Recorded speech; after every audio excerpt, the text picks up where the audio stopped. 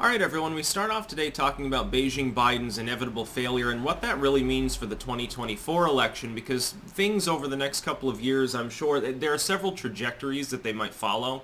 And I think that whether Trump runs and or wins depends on several factors. I think there are three big ones, and so I'm going to be discussing those mainly in this analysis. First and foremost, if you're watching this video on YouTube, there will be a pinned comment down below with links to 4 other video hosting sites. Remember, I make 4 videos every day, only 2 of them are on YouTube.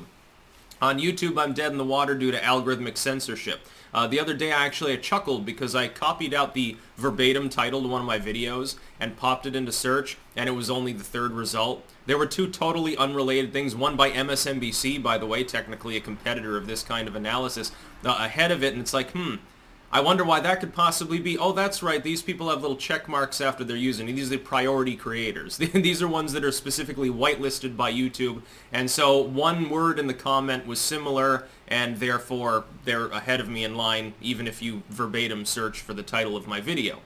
Yeah, there's no censorship going on here. By the way, you can do that with other creators, and you'll find the same thing. Anyway, it's a guarantee that Joe Biden is going to fail. The warning signs are all there. You've got skyrocketing gas prices.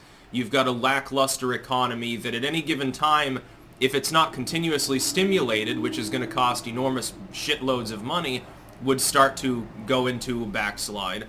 It's like when you look at the jobs numbers for last month and they're like, well, we added a lot more jobs than we expected. Unemployment ticked down to 6%. That's great. The problem is that a lot of those jobs are only there because you have repeatedly stimulated the economy. Because in a lot of states, things still aren't open for business. Well, those businesses, those positions, certainly, if I'm an employer and I'm not getting, money in order to help me keep my business on life support, I'm putting people on furlough and I'm closing the doors in order to save energy costs. I don't want to keep the lights on. Refrigeration units cost a lot of money. Everything about my business, it needs to be on a paying basis. If I'm only allowed to open at 50% capacity, I only need 50% as many workers. And so basically you've got at least 1.5 to 2% chronic unemployment as a result of this at a bare minimum if you repeatedly stimulate the economy. So the warning signs are all there, and also COVID continues. We're getting some forewarnings that some of the strains, some of the mutant variants may get past some of the vaccines already. That was quicker, by the way, than I expected. Evolution is occurring. You could have a legendary 5th wave or 7th wave or whatever the fuck we're on now. You're going to have more pain from that. You've got China trying to throw its weight around, although I predict that they will fail. But in the short to intermediate term, it's going to be a big policy crisis. Biden will fail. He is demented. He does not know what he is doing. One of his first actions as president was to undercut a huge chunk of the economy by fucking around with the energy sector. One of the first things that he did is say, well, we're not going to do any more exploratory drilling. Yeah, that won't cause the gas prices to rise, by the way. Oil prices aren't going to skyrocket by my transparent attack on the entire sector.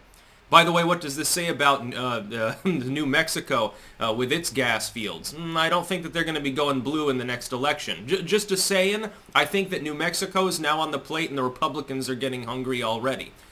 Biden will fail. The number one is how much he fails. If he does just a lackluster Obama-Bush-esque job, towards the end of the first term would basically be a no-show, which he has been anyway. If he manages to squeak out a 3 out of 10 kind of presidency, like the economy hasn't collapsed, it's just, humdrum. We haven't entered a war, we're just in, a few conflicts. There'll be war, but not the kind that requires 6-figure troop totals or something. Gas prices are high, but, the average middle classer, they can sort of grit their teeth and bear it. That would have an effect on whether Trump, I think, would run. If Biden outright collapses things, if we enter a recession, which is very likely, I think, gas prices really skyrocket, which I think is likely, a war breaks out, which I think is really likely. Certainly if Biden keels over and Harris is president, that will happen. The first thing she'd do probably is invade somebody to show she's one of the boys. I think there'd be a very, very high chance that Trump runs. Number 2 is whether it's Biden or Harris. I think that if Kamala Harris ends up being the person running, or technically a non-incumbent, that ups the chances too. Biden is weak. and muddled and demented and so forth. Kamala's weaker. Not because of the mental part of it. Have you seen Kamala Harris attempt to debate or even ask softball questions of reporters?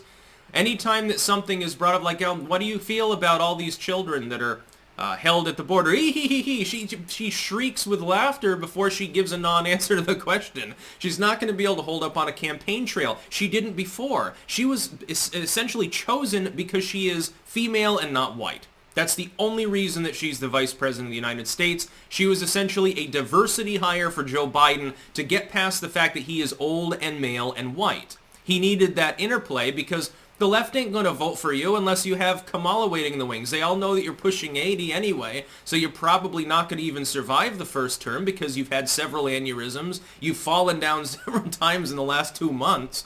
You know, the writing is sort of on the wall. At some point you'll have to resign or something. You're a sick old man. That's number two. So whether it's Kamala or Biden, who he'd be running against, again, he'd beat the shit out of Kamala Harris. She's incapable of running a presidential campaign.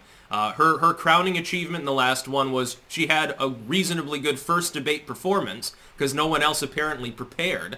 And then all of the others, she completely got ass blasted. Remember when Tulsi Gabbard knocked her down a couple of pegs? That was hysterical. At that point, she was already on the decline. By the way, a lot of people give Tulsi Gabbard credit for her not being the nominee. She was already declining in the polls a week before that debate happened. I analyzed it at the time. I found it very funny. Tulsi Gabbard is kind of funny. She's kind of hip compared to, the average Democrat, quite young. I think the average Democrat at this point is probably 90. Joe Biden, the spring chicken. But no, it wasn't her. Number 3 is Trump's health. And this is the big one. Keep in mind that we avoided consciously, well, the MSM did, having a national discussion about age in the political process as opposed to 2016. In 2016, Trump is 69 years old. Hillary's, I think, 68 years old or something. Old people. Older. And no offense to anyone who's in that age range, but, you're not middle-aged or anything. You're like an aging boomer and shit at that point. We had a discussion about whether it was appropriate that the two candidates were both almost 70 years old. We're like, at some point you got to call it quits and say, maybe we should have someone who's been under 60 in that office eventually. Kind of. Wouldn't that be nice? Not saying that it necessarily is a huge qualifying factor, but when you get older, some things slow down. You're more likely to get sick. Now we have a pandemic, of course.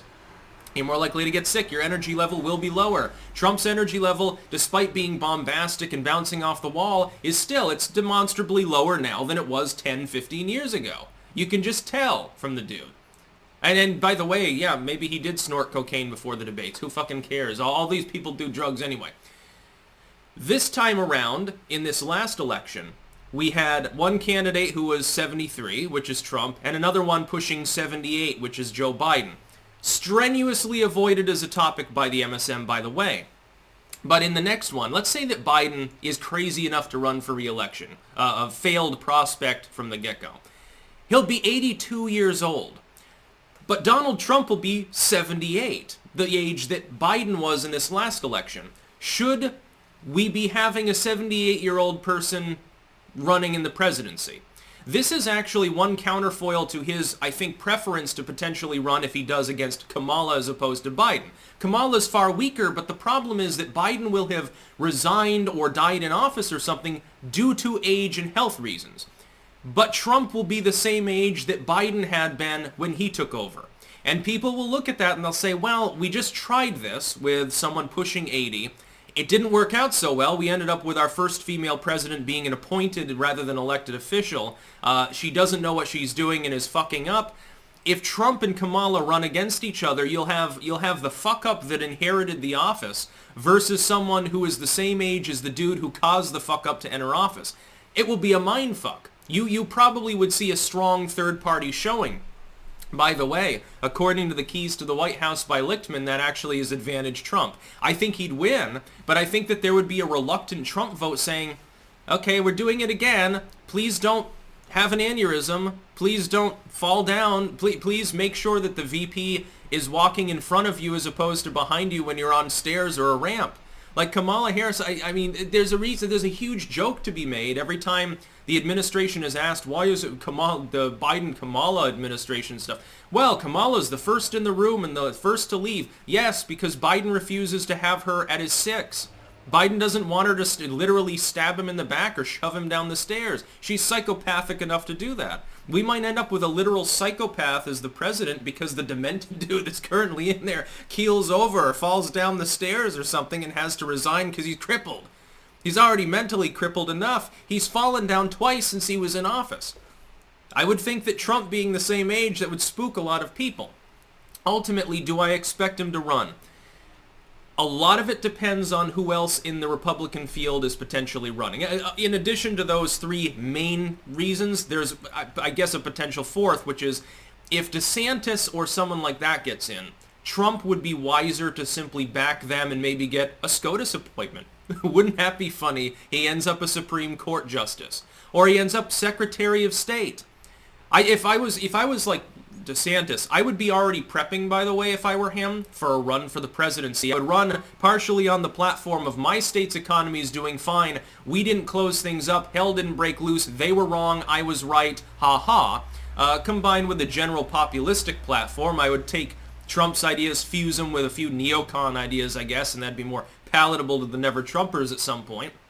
And then I would say to Trump, I'd say, yeah, I'd like your endorsement. I don't want you to be at the forefront because then the never-Trumpers will dogpile me. But as long as you just say that I'm the guy for a job, that gets your fans on board. I can placate the idiot neocons pretty easily because, you know, they're easily amused. And it would be a winning ticket. And then Trump can, again, he can be Secretary of State or Ambassador to China or something like that. Wouldn't that be funny?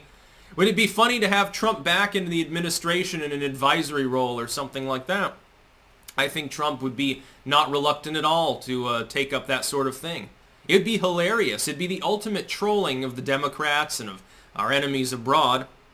I think DeSantis, though, is probably going to be at the top of the list. Again, he's probably the only person that if Trump gets in and says, well, I'm running for 2024, Trump, Grover Cleveland 2.0, DeSantis probably is the only one that could stop him, to tell the truth. It might come down to the Democrats begging DeSantis to run. Wouldn't that be funny? The Democrats, there ends up being a pro-Republican Democratic movement. Please, please give us DeSantis. Please, please don't run Trump again. We just can't take all the winning. It'd be hysterical. That's about all. Peace out.